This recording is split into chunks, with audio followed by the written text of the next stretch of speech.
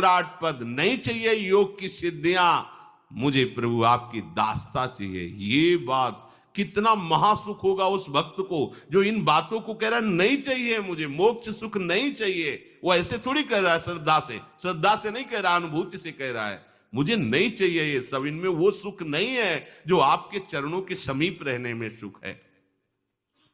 नहीं सत्संग भजन नहीं हरि को, श्रवण न राम कथा अनुरागी।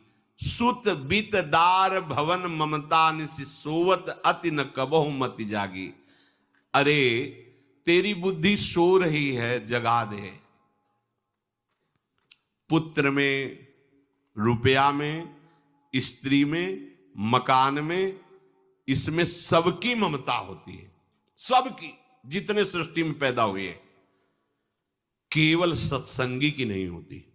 जो असली सत्संगी है उसकी ममता प्रभु के चरणों में होती है, क्योंकि वो जानता है सब रूपों में प्रभु ही है, ये सब पसारा प्रभु का ही है, इसलिए ममता उसकी प्रभु के चरण। एक अहमता ममता ये जग में है दुख जाई, ये जब श्री जी की ओर लगे तो होत परम। जाग जा, बिना जागे दुख दूर नहीं हो सकता।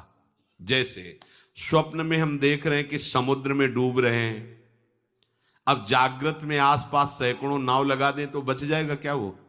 क्योंकि वो तो सो रहा है और वो स्वप्न में देख रहा है। अब हम नाना प्रकार के तैराकों को बाहर तैनात रखें तो उसको कोई सुख मिलेगा क्या? क्योंकि वो स्वप्न में। उसको अगर सुखी करना है तो एक ही उपाय, जगा दे। जगा दो तो ना समुद्र रह गया ना डूबना रह गया। ऐसे ही संसार में मोह से ऐसे ग्रसित जीव हैं, भाई इतना ही सुखचार है, और उसी स्वप्न में वो दुख से निवृत्त होना चाहते हैं। अब हम बाहर से उनकी कामनाओं की पूर्ति करने वाली बात करें तो क्या वो सुखी हो जाएंगे क्या?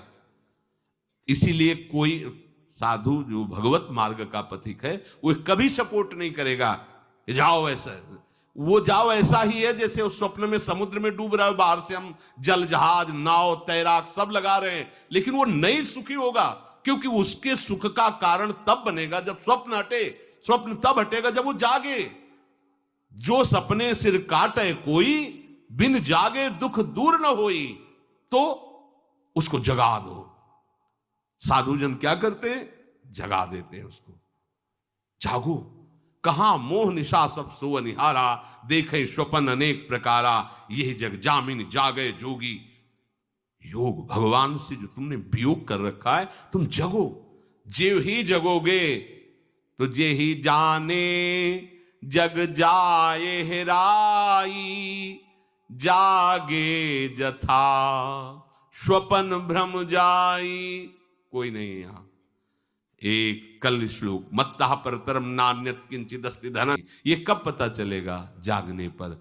तो हमें ये बहुत कुछ दिखाई दे रहा है, स्वप्न है। उमा कहूं मैं अनुभव अपना, सत हरि भजन जगत सब सपना। तो बोले तुलसीदास हरि नाम सुधा तजी, सठ हठ पियत विषय विष मांगी। अगर कहीं संतों के पास भी गए तो क्या मांग रहे हैं? हठ करके विषय विष मांग रहे हैं।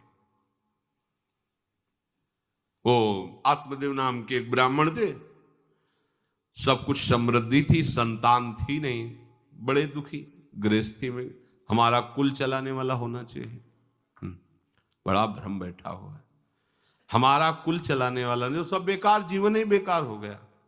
बिना गुरु के यदि शास्त्र पढ़ोगे ना तो भ्रमित हो जाओगे। स्पष्ट लिखा, पुत नाम के नरक की उसको प्राप्ति होती जिसके संतान नहीं होती। अब तो गृहस्थ में बेचारा पड़े परेशान। उन्होंने सोचा इससे अच्छा है आत्महत्या कर लें। बहुत संतों के पास जाकर के यज्ञ करके सब अपनी कामनाओं की पूर्ति चाहते, दान पुण्य दे करके। उसने भी जितना उपाय हुआ किया, नहीं हुई संतान। मरने के लिए वो जंगल में, उधर से एक सन्यासी जी आ रहे थे, देखा साधु तो ब्राह्मण तो थे, उठे प्रणाम किया। देखा उनको उदास क्यों हो? उनका महाराज उदास ही नहीं, मैं तो आत्महत्या करने आया हूं यहाँ जंगल में। अरे ये तो महापाप है, आत्महत्या तो बड़ी दुर्गति का कारण है। बोले महाराज अगर आप बचाना चाहते हो तो आप कृपा करो। क्या क्या चाहते हो? बोले हमारे पास सब कुछ है, बेटा नहीं, बेटा नहीं दोगे तो हमारा जीवन बेकार। तो उन्होंने अंतर्दृष्टि से देखा और कहा 7 जन्म तक तेरे पुत्र नहीं भाग्य में तेरे लिखा है। तो उसने कहा फिर तो अभी मरते हैं, आत्महत्या करते, हम 7 जन्म की बात, हम 7 दिन नहीं जिएंगे, हमें पुत्र चाहिए। संत का दयालु। देखो जिनके पास तपस्या और भजन का धन होता है, जब भगवान अधीन है तो कुछ भी कर सकते हो, कुछ भी कर सकते हैं। प्रारब्ध मिटाना कोई बड़ी बात नहीं। प्रारब्ध जानते कोई देवता थोड़ी है, तुम्हारा पीछे का किया हुआ कर्म है। और इधर जोर का भजन है, भजन के प्रभाव से कर्म को नष्ट करने में देर थोड़ी लगती है। ये तो अच्छे शुभ कर्म करो तो तुम्हारा प्रारब्ध बदल जाएगा। भजन का प्रयोग प्रारब्ध बदलने के लिए थोड़ी है। पर वो ऐसा हट किए तो उनका देखो, हट करने से लाभ नहीं मिलता है। उनका हमें उपदेश नहीं, हमें पुत्र चाहिए। अगर आप भगवत प्रेरित होकर यहां आए हो तो आप हमें। तो उन्होंने तपस्या के बल से फल की रचना की और कहा जाओ अपनी पत्नी को ये फल पवा दो और इससे निश्चित पुत्र होगा। बहुत प्रसन्न, अब कामना पूर्ण थी।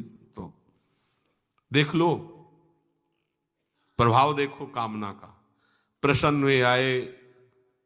धुंधुली नाम था उनकी पत्नी, नाम भी बहुत बढ़िया था, धुंधुली। वो कहा कि देखो ये फल खा लो, तुम्हारी संतान हो जाएगी।